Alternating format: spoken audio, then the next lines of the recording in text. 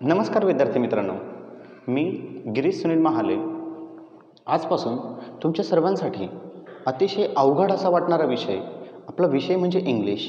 तर या इंग्लिशसाठी लागणारं जेवढं काही ग्रामर आहे ते सगळं ग्रामर आजपासून तुमच्यासाठी एक नवीन सिरीजच्या मार्फत मी घेऊन येत आहे. आणि ह्यामध्ये आपण कोणत्या कोणत्या एक्झाम कव्हर करणार आहोत.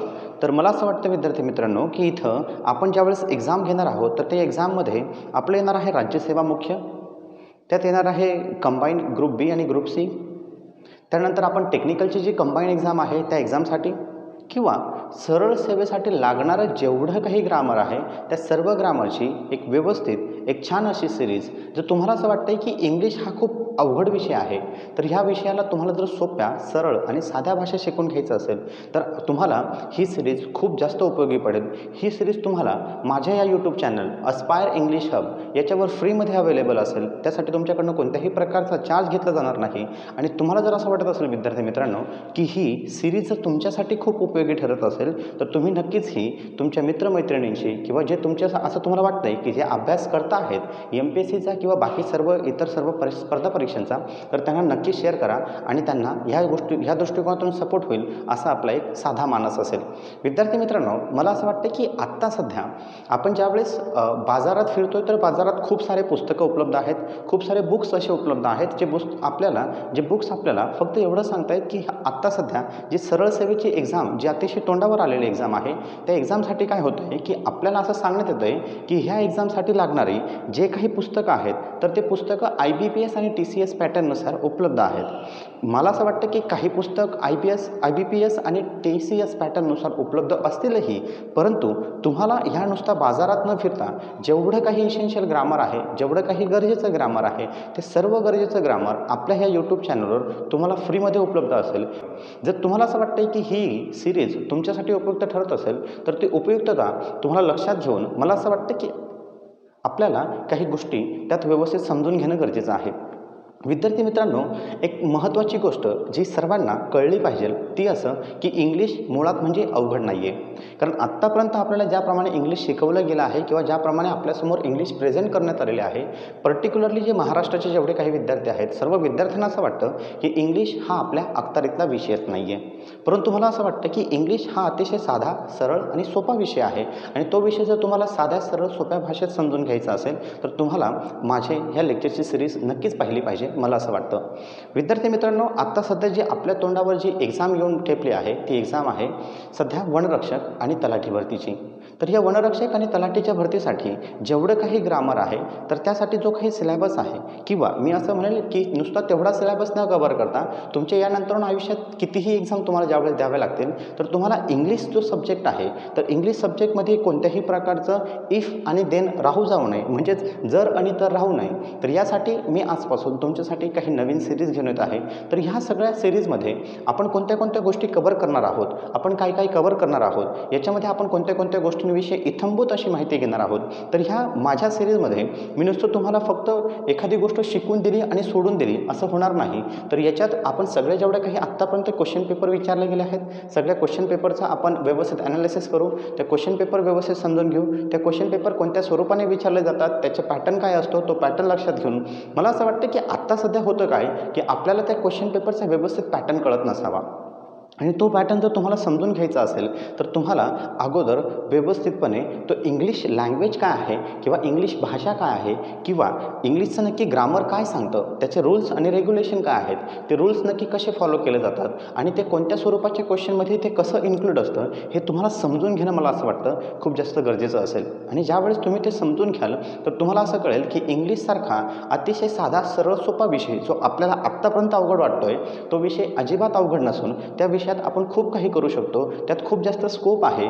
कारण तुम्ही तुमच्या आयुष्यात नंतर कोणत्याही एक्झाम द्या, त्या एक्झाममध्ये इंग्लिश हा आपल्या मागं एका भूतासारखा लागलेला विषय आहे. कारण तो कंपल्सरी विषय आहे, त्याला तुम्ही कधीही बाजूला सारू शकत नाही. आणि ही जी रियालिटी आहे ही पर्टिक्युलरली मला असं वाटतं की महाराष्ट्राच्या पोरांना खूप जास्त माहीत असावं. तर माझ्या तमाम अशा जेवढे काही व्ह्यूअर्स आहेत, जेवढे काही मित्रपरिवार आहे, माझं जेवढे काही विद्यार्थी मित्रमैत्रिणी आहेत, तर सगळ्यांना मला एक कळकळीची विनंती असेल की तुम्हाला जर असं वाटत असेल की ह्या सगळ्या गोष्टींचा कुठेतरी तुम्हाला फायदा व्हावा, तुम्हाला ह्या सगळ्या गोष्टी कव्हर केल्या जाव्यात आणि तुम्हाला ह्या सगळ्या गोष्टींचं इत्थंभूत व्यवस्थित नॉलेज देणारा कोणता तरी क्लास असावा, तर माझ्या चॅनलला एक वेळेस नक्कीच व्हिजिट करा आणि त्या चॅनलला आल्यानंतर तुम्हाला कळेल की नक्की आपल्याला क्लासमध्ये काय काय कव्हर करून मिळणार आहे. तर विद्यार्थी मित्रांनो, माझ्या मते आपण ह्या ज्या सिरीज आहे, तर ह्या सिरीजमध्ये कोणत्या कोणत्या गोष्टी कव्हर करणार आहोत. ह्या सिरीजमध्ये आपण खूप साऱ्या अशा गोष्टी कव्हर करणार आहोत जे की कोणत्याही एक्झामच्या दृष्टिकोनातून फार पर्टिक्युलरली आपल्याला त्याचा विचार करावा लागेल आणि कोणत्याही एक्झामच्या दृष्टिकोनातून ह्या सगळ्या गोष्टी व्यवस्थित त्याचा फायदा आपल्याला करून घेता येईल. सर्वात महत्त्वाची गोष्ट अशी आहे की ज्यावेळेस तुम्ही इंग्लिश ह्या विषयाकडे बघतात, तर इंग्लिश विषयाकडे बघत असताना अगोदर तुम्हाला त्याचं बेसिक कळलं पाहिजे. म्हणून माझ्या मते विद्यार्थी मित्रांनो, आपण जेव्हाही आता ज्यावेळेस आपण आपली सिरीज चालू करतो, तर ह्या सिरीजमध्ये आपण अगोदर ह्या जेवढं काही बेसिक आहे तर त्या बेसिकचा व्यवस्थितपणे अभ्यास करणार आहोत. मग इथं सर्व काही ग्रामर आपण कव्हर करणार आहोत. ग्रामर नुसतं ग्रामर कव्हर करून फायदा होणार आहे का मित्रांनो? तर मला असं वाटतं नुसतं ग्रामर कव्हर करून काहीच फायदा नाही आहे, कारण ग्रामरबरोबर खूप महत्त्वाचा जो विषय आहे तो विषय आहे व्होकॅब्युलरी. आणि ज्या वेळेस तुम्हाला ग्रामर प्लस व्होकॅब्युलरी असं जर कोणती एखादी सिरीज मिळत असेल, असे जर एखादे क्लासेस मिळत असतील किंवा असे जर कोणी तुम्हाला गायडन्स करणारा मिळत असेल, तर मला असं वाटतं की तुम्हाला त्याचा खूप जास्त फायदा होऊ शकतो. आपल्याला नीट समजून घेणं गरजेचं आहे, कारण आपले जनरली जे विद्यार्थी आहेत ते दरवेळेस फक्त एकाच गोष्टीचा अभ्यास करतात. त्यांना असं वाटतं की फक्त ग्रामर गरजेचं आहे, परंतु मला असं वाटतं की आत्ता जेवढे काही एक्झाम होत आहेत, जेवढ्या काही एक्झाम यानंतर होणार आहेत, त्यांचा नुसता फोकस कधीही ग्रामरवर असणार नाही. त्यांचा त्याच वेळेस फोकस असेल व्होकॅब्युलरीवर सुद्धा. म्हणजे ह्या व्होकॅब्युलरीसाठी काय करावं लागतं, कारण आपल्याकडे जे विद्यार्थी आहेत, महाराष्ट्राचे जे विद्यार्थी आहेत, जे व्ह्यूअर्स आहेत, त्या व्ह्यूअर्सचं असं म्हणणं आहे की सर, आम्हाला खूप महत्त्वाची आणि खूप अवघड जी गोष्ट जाते ती अवघड गोष्ट म्हणजे व्होकॅब्युलरी. आम्हाला असं वाटतं की व्होकॅब्युलरी ही कधीही कव्हर होणारी गोष्ट नाही आहे, ती कधीही कव्हर होत नाही. परंतु मला असं वाटतं मित्रांनो, ज्यावेळेस तुम्ही माझ्या सिरीज कंप्लीट कराल, ज्यावेळेस माझ्या सिरीजकडे ज्यावेळेस तुम्ही बघाल, ज्यावेळेस माझे पुढचे लेक्चर ज्यावेळेस तुम्ही बघाल, त्यावेळेस तुम्हाला इत्थंभूत ह्या सगळ्या गोष्टींची व्यवस्थितपणे नॉलेज मिळेल, व्यवस्थितपणे याची माहिती मिळेल आणि याच्यात मग व्होकॅब्युलरीचा जेवढा काही पार्ट आहे, तर त्या पार्टमध्ये येणारे तुमचे जे काही अँटोनिम्स आहेत, सिनॉनिम्स आहेत, त्यानंतर तुमचे होमोनिम्स आहेत, होमोग्राफ्स आहेत, होमोफोन्स आहेत, इडियम्स आहेत, फ्रेसेस आहेत, अजून ज्या खूप साऱ्या गोष्टी आहेत ज्याला आपण वन वर्ड सबस्टिट्यूशन असं म्हणतो किंवा त्याला आपण अजून स्पेलिंग मिस्टेक असं म्हणतो, फ्रेझल वर्ब्स असं म्हणतो किंवा त्याला आपण प्रोवर्ब्स ज्या असतात किंवा इडियम ज्या असतात, ह्या सगळ्या ज्या काही व्होकॅब्युलरीचा भाग आहे, हा सगळा व्होकॅब्युलरीचा भाग तुम्हाला माझ्या क्लासमध्ये ॲज अ व्होकॅब्युलरीच्या स्वरूपात उपलब्ध होणार आहे.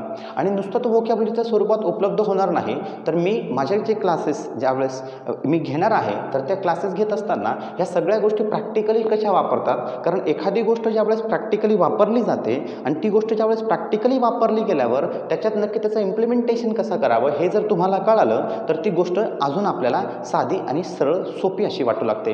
आणि तुम्हाला माझी फक्त एक विनंती असेल की तुम्हाला जर असं वाटत असेल की ही गोष्ट आपल्याला कळावी, ही गोष्ट आपल्याला समजावी, तर तुम्हाला अगोदर ग्रामर आणि व्होकॅब्युलरी याचा नीट अभ्यास करावा लागेल. मग ग्रामरमध्ये अभ्यास करत असताना आपण बेसिक कव्हर करणार आहोत. त्याचबरोबर ज्या अजून मग ह्या बेसिकमध्ये खूप साऱ्या गोष्टी येतात, जसं याच्यात कंकॉर्ड असतं. यात कंकॉर्ड आल्यानंतर तुम्हाला ते रिलेशन कळणं महत्त्वाचं आहे, कारण ते कंकॉर्ड खूप गरजेची गोष्ट आहे. प्रत्येक एक्झामला म्हणजे कॉम्पिटिटिव्ह ज्यावेळेस तुम्ही अभ्यास करता, तर त्या कॉम्पिटिटिव्हच्या एक्झामसाठी कंकॉर्ड हा अतिशय महत्त्वाचा विषय आहे. त्यालाच इंग्लिशमध्ये अजून एक सबस्टिट्यूट असं नाव देण्यात आलं आहे. त्याला सब्जेक्ट वर्ब ॲग्रीमेंट असं म्हणतात किंवा त्यालाच सब्जेक्ट वर्ब रिलेशन असंही म्हटलं जातं मित्रांनो.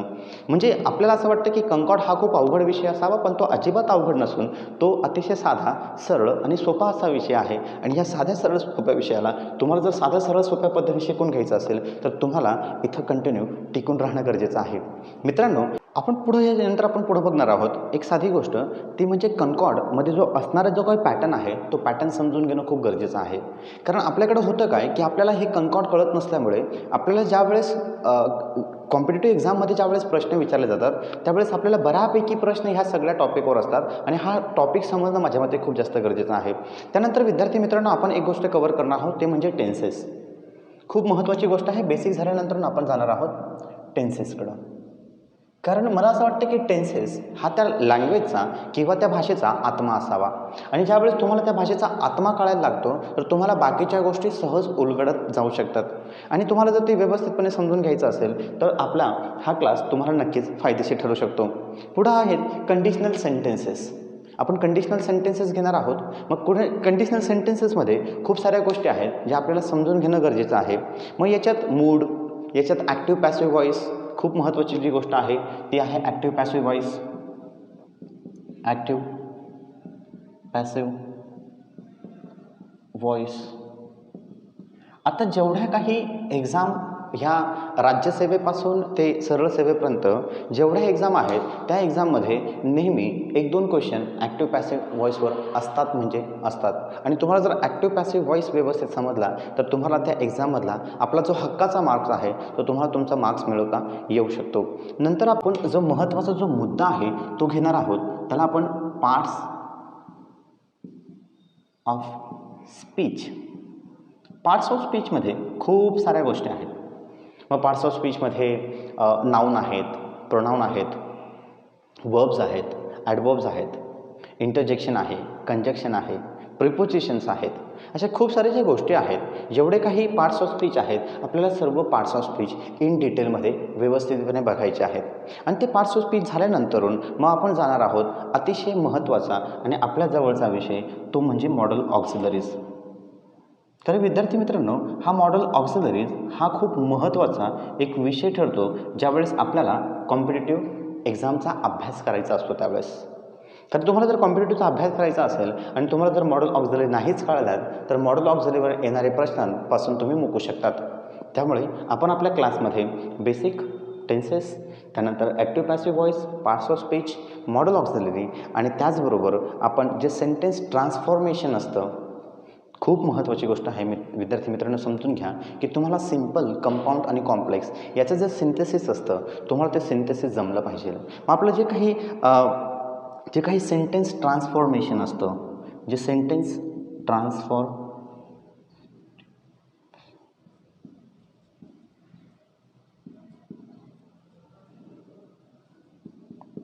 ज्याला आपण सिंथेसिस असंही म्हणतो आणि ह्या सिंथेसिसमध्ये मग सिम्पल, कंपाऊंड, कॉम्प्लेक्स असतील, अजून त्याचे काही नक्की त्याचा सिक्वेन्स काय असतो, तो कसा असतो, ते कसं समजून घ्यावं, त्याच्याविषयी काय बोललं जावं, ते कसं लिहिलं जातं, त्याचं नक्की स्ट्रक्चर काय आहे, त्याचा फॉर्मॅट काय आहे, समजून घेणं खूप गरजेची गोष्ट आहे.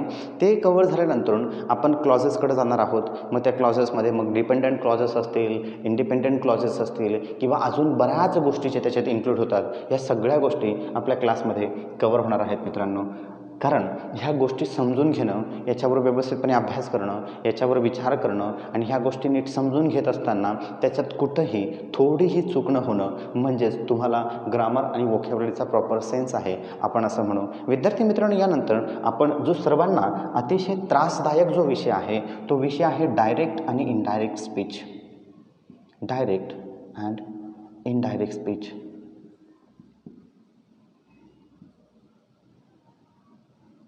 डायरेक्ट अँड इनडायरेक्ट स्पीच हा विषय प्रत्येकाला माझ्या मते फार अवघड जात असावा. कारण डायरेक्ट आणि इनडायरेक्ट स्पीचमध्ये इतके सारे नियम आहेत, इतक्या साऱ्या गोष्टी लपून आहेत की त्या गोष्टी सहज आपण आपल्या वाचल्याने कधीही क्लिअर होत नाही. त्यामुळे माझ्या क्लासमध्ये तुम्हाला डायरेक्ट आणि indirect speech, sentence transformation, model auxiliaries आणि बऱ्याच गोष्टी, मग त्यात अजून एक महत्त्वाचा विषय जो मी ॲड करणार आहे, जो प्रत्येक एक्झामला विचारला जाणारा प्रश्न आहे, तो म्हणजे आर्टिकल. आपण आर्टिकलविषयी बोलणार आहोत. आर्टिकलमध्ये मग जे काही ॲन आणि द नक्की याचा वापर कसा होतो, त्याचा वापर कधी केला जातो, तो वापर कसा अवॉइड करायचा असतो, कधी वापर करावा किंवा कधी वापर करू नये, हे सुद्धा समजणं फार गरजेचं आहे. आपण आपल्या क्लासेसमध्ये आर्टिकल घेणार आहोत. आर्टिकल झाल्यानंतरून जो तुम्हाला अतिशय आवडणारा विषय आहे तो म्हणजे क्वेश्चन टॅग. काहींना खूप व्यवस्थितपणे जमतो, पण काहींना अजिबातच जमत नाही. काहींना खूप त्रासदायक असा विषय ठरतो, तो म्हणजे क्वेश्चन टॅग. आणि मी हा क्वेश्चन टॅगसुद्धा क्लासमध्ये कवर करणार आहे. त्यानंतर मित्रांनो, पंक्च्युएशन्सवर विचारले जाणारे खूप सारे क्वेश्चन्स आहेत. पंक्च्युएशन्सवर विचारले जाणारे खूप सारे क्वेश्चन आहेत आणि पंक्च्युएशन्स हा खूप किचकट, खूप विचित्र असा विद्यार्थ्यांना विषय वाटतो की आपल्याला असं वाटतं की पंक्च्युएशन्स आपल्याला लिटरली कळत नाही आणि ते पंक्च्युएशन जर तुम्हाला समजून घ्यायचे असेल तर तुम्हाला ह्या क्लासेसची पुढच्या ज्या सिरीज आहेत त्या सिरीजमध्ये कंटिन्यू राहावं लागेल. पंक्च्युएशन्स आहेत. पंक्च्युएशन झाल्यानंतर आपण जे ज्याला आपण अफर्मेटिव्ह आणि निगेटिव्ह सेंटेन्सेस असं म्हणतो, ते अफर्मेटिव्ह आणि निगेटिव्ह सेंटेन्सेस घेणार आहोत. तेच मला असं कधी वाटलं की माझ्या विद्यार्थ्यांना खूप जास्त गरज आहे, तर मी त्यानंतर त्याच्यात जे काही 4 टाईप्स ऑफ सेंटेन्सेस असतात, मग त्याच्यात जे अफर्मेटिव्ह जे सेंटेन्स सांगितले ते सेंटेन्स किंवा त्याला असर्टिव्ह सेंटेन्स किंवा त्याला स्टेटमेंट असं म्हणतात ते स्टेटमेंट असेल, किंवा त्यानंतर ज्याला इंट्रोगेटिव्ह सेंटेन्स असं म्हणतात, ज्याला क्वेश्चन असं आपण म्हणू, ते क्वेश्चन घेणार आहे. किंवा ते इंट्रोगेटिव्ह सेंटेन्सेस कसे विचारले जातात, त्याचं स्वरूप काय असतं. त्यानंतर इम्परेटिव्ह सेंटेन्सेस आहेत, इम्परेटिव्ह सेंटेन्सेस घेणार आहे. इम्परेटिव्ह सेंटेन्सेस त्यानंतर मी तुम्हाला एक्सक्लामेटरी सेंटेन्सेस काय असतात, एक्सक्लामेटरी सेंटेन्सेसविषयी व्यवस्थितपणे सर्व नॉलेज देणार आहे. आणि हे सगळं देत असताना माझ्या मते अजून तुम्हाला जी खूप महत्त्वाची गोष्ट आहे, जी खूप अवघड जाते, आणि ती म्हणजे फिगर ऑफ स्पीच. याच्यावर प्रत्येक कॉम्पिटेटिव्हसाठी आपल्याला फिगर ऑफ स्पीचवर ज्यावेळेस क्वेश्चन विचारले जातात ते त्यांना नक्की विचारायचं का आहे, त्यांना सांगायचं का आहे, त्यांना म्हणायचं का आहे. जर तुम्हाला कळत नसेल तर ह्या गोष्टींचा तुम्हाला खूप जास्त मोठा तोटा होऊ शकतो. आणि हा जेवढा काही भाग आहे मित्रांनो, हा सर्व भाग, आणि त्यानंतर तुम्हाला जर असं काही वाटत असेल की सर हा तर झाला तुम्ही फक्त ग्रामरशी रिलेटेड बोललात, पण आता तुम्हीच म्हटला होता की तुम्ही त्याच वेळेस वोकॅब्युलरीचा सुद्धा भाग घेणार आहात. मित्रांनो, मी इथं तुम्हाला वोकॅब्युलरीमध्ये खूप साऱ्या गोष्टी कव्हर करणार आहे, आणि त्या गोष्टींमध्ये तुम्हाला अजून याच्यात जो कोणता एखादी पार्ट जो उरलेला असं वाटतोय मला, तो एक पार्ट माझ्या मते जे सेंटेन्सची अरेंजमेंट असते, सेंटेन्स अरेंजमेंट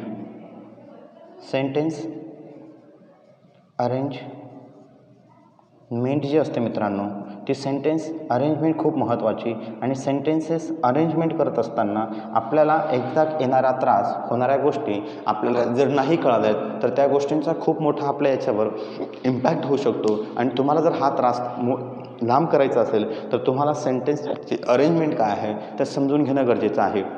आता जो वोकॅब्युलरीचा सेक्शन आहे, हा तर फक्त एकच सेक्शन झाला विद्यार्थी मित्रांनो, हा सेक्शन फक्त झाला ग्रामरचा. मग ग्रामरमध्ये जर एवढे सगळे मुद्दे जर आपले कव्हर होत असतील, आणि हे ज्यावेळेस मुद्दे कव्हर होणार आहेत, तर ह्या सगळ्या मुद्द्यांविषयी आपण ज्यावेळेस बोलणार आहोत, तर ह्या सगळ्या मुद्द्यांविषयी बोलत असताना आपल्याला याचं इत्थंभूत जे काही नॉलेज आहे ते समजून घेणं गरजेचं आहे. आणि ज्यावेळेस आपण ह्या सगळ्या गोष्टी इत्थंभूतपणे समजून घेऊ, त्यावेळेस तुम्हाला कळेल की इंग्लिश ग्रामर ही खरंच खूप सरळ, साधी आणि सोपी गोष्ट आहे.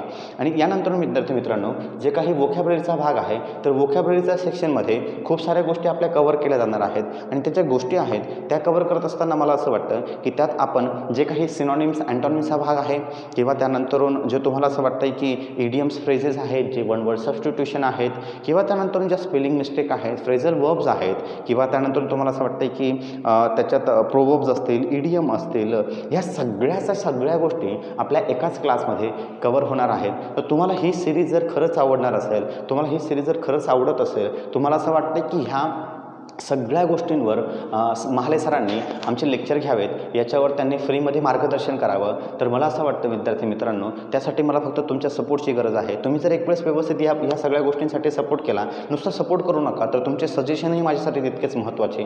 कारण ज्यावेळेस तुम्ही एखादी गोष्ट तुम्हाला अशी वाटते की ही गोष्ट कोणीतरी सजेस्ट करावी, आणि मला असं वाटतं की ज्यावेळेस मी तुम्हाला ह्या सगळ्या गोष्टी शिकवत असेल, त्यावेळेस मी तुम्हाला मध्ये तुमच्याशी इन बिटवीन इंटरॅक्शन करतच असेल. आणि ह्या इन बिटवीन इंटरॅक्शनमध्ये मला तुमच्याकडनं अपेक्षित आहे की तुम्हाला असं वाटतंय की अजून कॉम्पिटिटिव्हच्या दृष्टिकोनातून किती ग्रामर घेतलं जावं, नक्की ग्रामर घेण्यासाठी अजून कोणत्या गोष्टी लागणार आहेत, किंवा अजून ग्रामरचे कोणते मुद्दे कव्हर केले जावेत. तर मला असं वाटतं की हे मुद्दे भरपूर झालेत, परंतु असून तुम्हाला असं वाटलं की आमची अजून खूप काही गरज आहे सर, आम्हाला ह्या सगळ्या गोष्टी तुम्ही व्यवस्थितपणे समजून सांगाव्यात, तर माझ्या आपलं जे चॅनल आहे, चॅनलच्या कमेंट बॉक्समध्ये तुम्ही तुमचे सजेशन मला नक्की कळवा. मी नक्कीच तुमच्या सजेशनचा आदर ठेवेल. आणि ह्या सिरीजमध्ये जर आपल्याला कंटिन्यू करायचं असेल तर तुम्हाला फक्त एकच गोष्ट सांगणं असेल की तुमचे जेवढे काही मित्र परिवार आहे, तुमचे जेवढे काही बंधू भगिनी आहेत जे अभ्यास करतायत, तुम्हाला असं वाटतं की त्यांना इंग्लिश हा विषय अवघड जातो, मी असं म्हणेल की एक वेळेस तुम्ही ह्या सगळ्या गोष्टी ज्यावेळेस मी